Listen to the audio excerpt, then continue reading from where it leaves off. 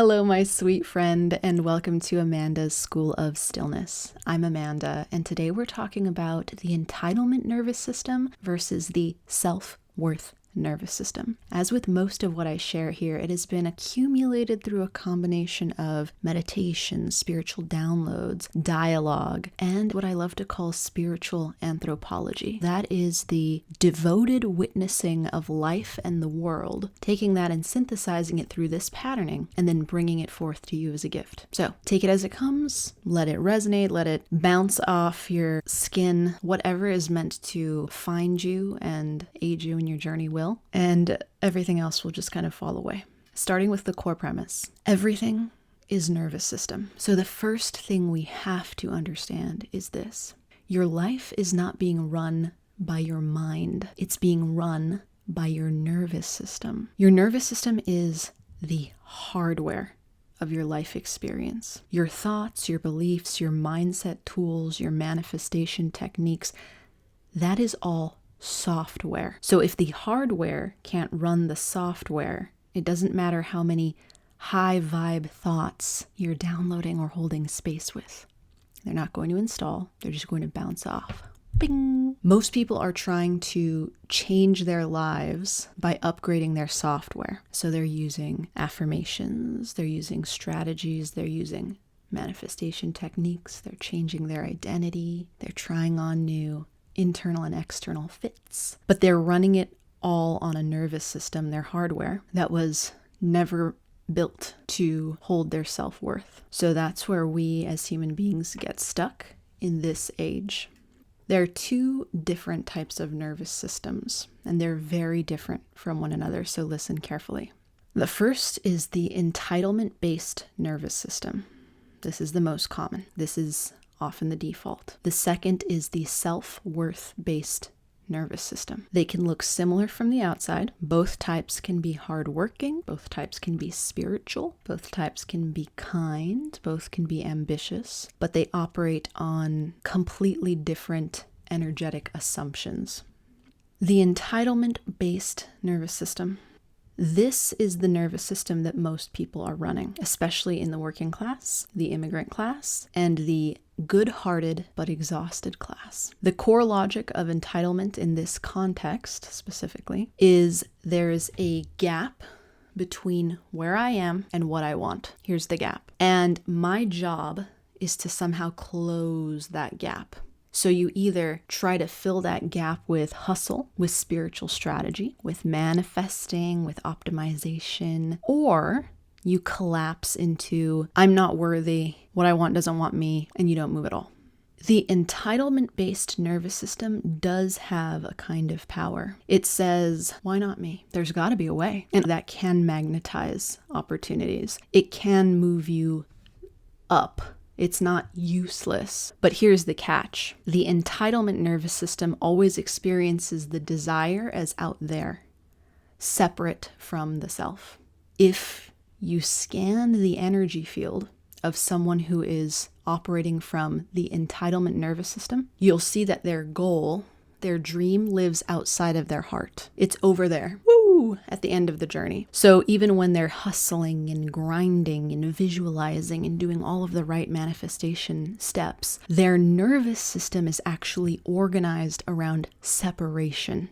Some would call that illusion. The idea is, I'm here, my dream is there, and I need to build a bridge. Energetically, that creates an endless sequence of milestones, ego deaths, resets, and identity upgrades. And every single goal is proof that you're still not there yet. So the finish line just keeps moving. And when the entitlement nervous system doesn't get what it wants, the humble, hardworking, good person turns venomous very, very fast. Because underneath the humility is another belief. I did what I was told, I paid my dues, I deserve the prize. When the prize doesn't come, you have rage, you have bitterness, you have victimhood, and you have war with life. This is why some of the sweetest, most self-sacrificing people you know secretly feel like the world has betrayed them, because they had the entitlement-based nervous system as their engine. Type 2, the self-worth-based nervous system. Now let's look at the other operating system. A self-worth nervous system does not experience any gap between self and desire. The core energetic reality is, if I truly desire this in my heart, then on some fundamental level, I am already one with it. It's not, I need to find the path. I need to hustle smarter. I need to crack the code. There is no journey to becoming deserving. The self-worth nervous system already feels deserving. It already holds the desire inside of the heart space. It already lives in the frequency of, this is natural for me. So with the self-worth nervous system, movement toward the goal becomes, how do I experience this more fully? Not, how do I become worthy enough to earn this? Self-worth doesn't chase the appearance of a life. It prioritizes the experience of living. That's a huge difference. An entitlement-based nervous system says, once my life looks like X, I'll finally feel like Y. A self-worth-based nervous system says, I choose desires that feel like Y, even if nobody is around to witness it. People with a self-worth nervous system don't need an audience, they don't need applause, they don't need validation, and they don't build their reality based on how it looks from the outside. The self-worth nervous system moves toward what feels rich and true and alive, whether or not it is quote-unquote impressive. Hardware versus software. Why mindset alone fails. Here is where the computer analogy is phenom. The nervous system is your hardware. Thoughts, beliefs, and manifesting techniques are your software. If you have a dysregulated, survival-based, entitlement-based nervous system, that's your hardware, and you try to install high-frequency thoughts, abundance affirmations, big vision goals, spiritual manifesting scripts, it's like trying to run the latest operating system on a dinosaur of a machine. It might boot for 10 minutes, then it crashes. Then you blame yourself. Most people will conclude, I'm not spiritual enough. I'm not disciplined enough. I'm not positive enough. When the truth of the matter is, your nervous system can't hold the upgrade yet. The goal is sitting outside of your heart. The software can't integrate. The body says, too much, too fast, and then it shuts it all down. That leads us to burning through another identity, another business, another relationship, another spiritual path, without ever feeling truly at home in any of it. That's not a moral failure, by the way. That is a hardware limit. Immigrant and working class pattern, the trap of entitlement hustle. A really clear place to see all of this at work is in the immigrant/working class industry. So many parents in these particular groups work unbelievably hard and sacrifice their lives and their own joy and their own rest, and they do everything right according to the grind gospel. They use their resources to give their kids everything that they didn't have. And what the kids inherit instead is chronic stress, unprocessed trauma, scarcity thinking, emotional suppression, and nervous systems that are wired for survival and not self-worth. So kids will get more stuff, but they've contracted the same nervous system, the same entitlement-based nervous system of their predecessors. So even with better schools, better houses, and more gadgets, they still feel unworthy. They're still chasing external validation. They still think the next level is somewhere out there, and they still believe they must hustle and rise and perfect and perform. The map that was handed down, the hardware at play here, still says you've got to rise, you've got to optimize, you've got to prove, and these generations burn themselves out instead of realizing the real inheritance is the nervous system. If you pass on wealth without nervous system regulation, you've passed on fuel without a container. If you pass on a regulated self-worth-based nervous system, then you've created someone who can actually become wealthy, joyful, creative, powerful on their own terms. They can maximize the gifts of the entire ancestral lineage. But no one's thinking in those terms. A child who inherits a self-worth nervous system is effectively born with bandwidth, emotional sovereignty, magnetism, natural regulation. They are the hardware that can run any software. External hard drives, entitlement, and other people's nervous systems.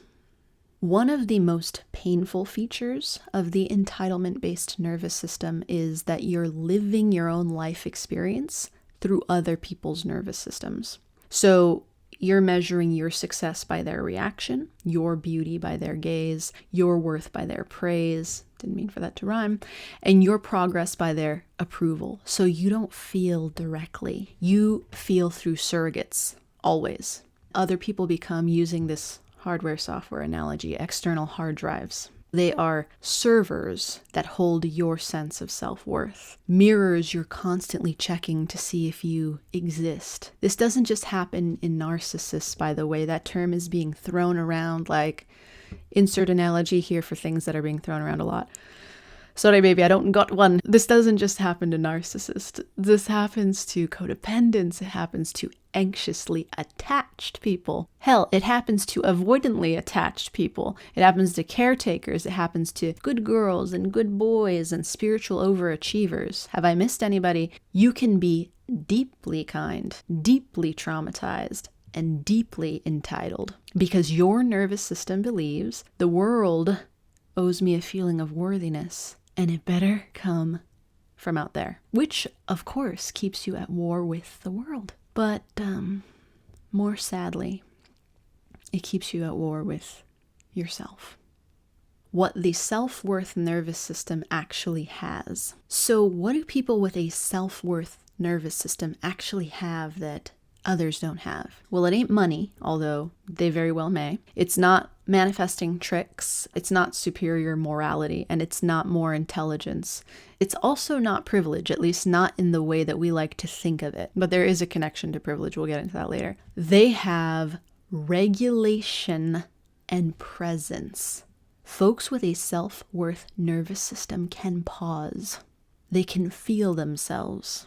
They can notice their experience without abandoning it. They prioritize inner reality over outer optics. They don't need to self-medicate with constant future fantasy. And they're not addicted to a lifestyle that is all about one day when their nervous system can actually hold pleasure. It can actually hold enoughness and rest and visibility and success. What it doesn't do is sabotage that or try to outrun it.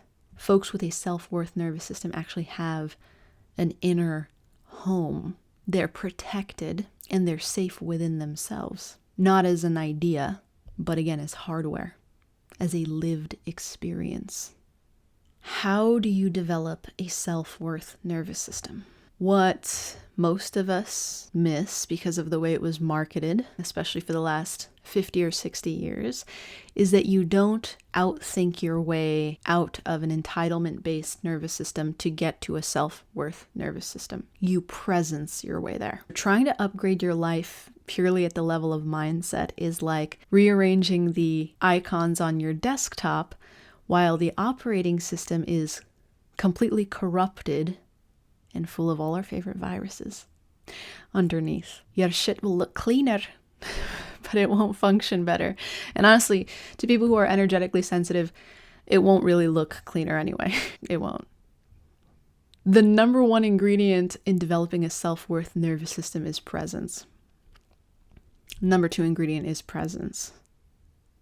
The number three ingredient is presence. Yeah, you got it.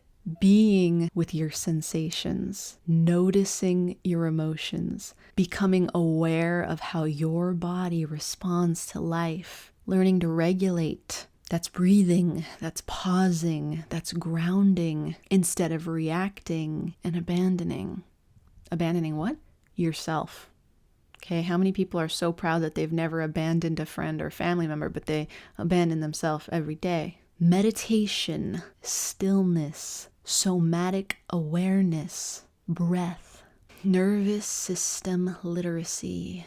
All of that is non-negotiable to developing a self-worth nervous system. When your nervous system actually begins to regulate, then high-frequency thoughts can lead. Then new beliefs can actually integrate. Then desires begin to move into the heart space.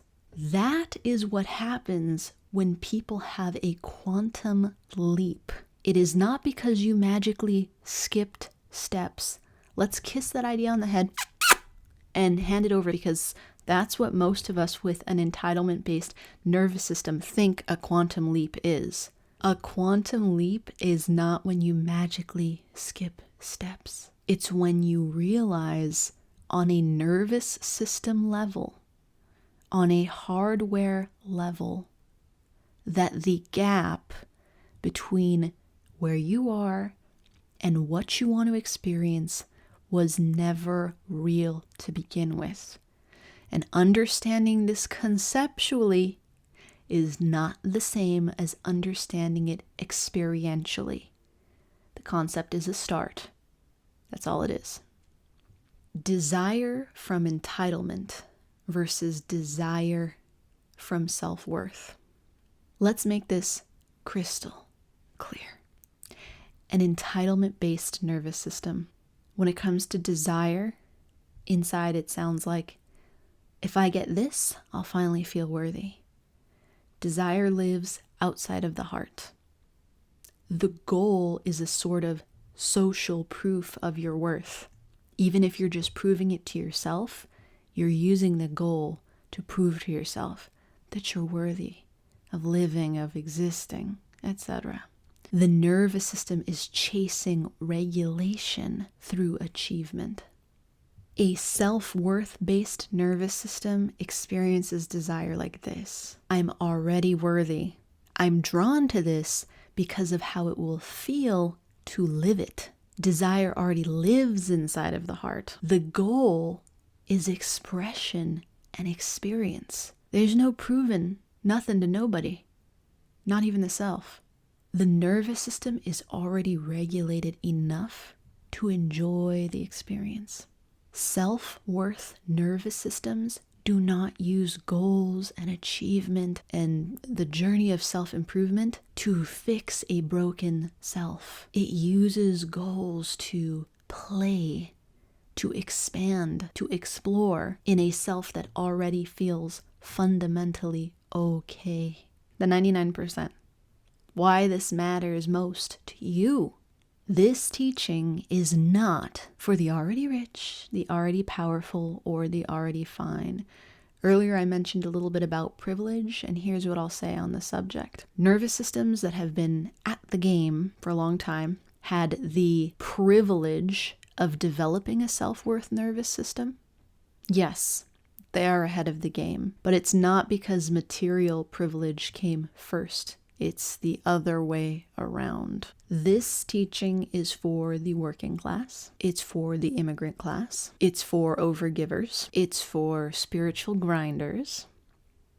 I don't mean the app, but hey, welcome. It's for the I've tried everything and I'm still exhausted crowd. Been there. It's for millennials. It's for Gen Z. It's for Gen X. It's for anyone who was raised in hustle culture, shame culture, generational survival mode, which is most of our default if we're just being honest, or quiet self-erasure. This is particularly important for folks who are neurodivergent and they've been led to believe that they're behind, when in truth, their nervous system just requires extra care because of how precisely and exquisitely sensitive it is. This is for folks who believe that privilege is the only reason that other people rise, and for those who have been taught to see themselves as fundamentally disadvantaged or oppressed by default. This is for anyone who's ever believed that maybe I was just born without that thing that people who are successful have. My love, you were not born lacking. You were born into a nervous system inheritance that you would not choose of your own volition, but that was purposefully given to you because you have the ability to love it into its highest expression. If you have access to this video, then you have all the tools that you need to regain, or if you've never had it before, gain sovereignty over your nervous system and transition from the entitlement model to the self-worth model. There is nothing more important. There's nothing more radical. There is no higher form of activism than reclaiming regulation within your nervous system.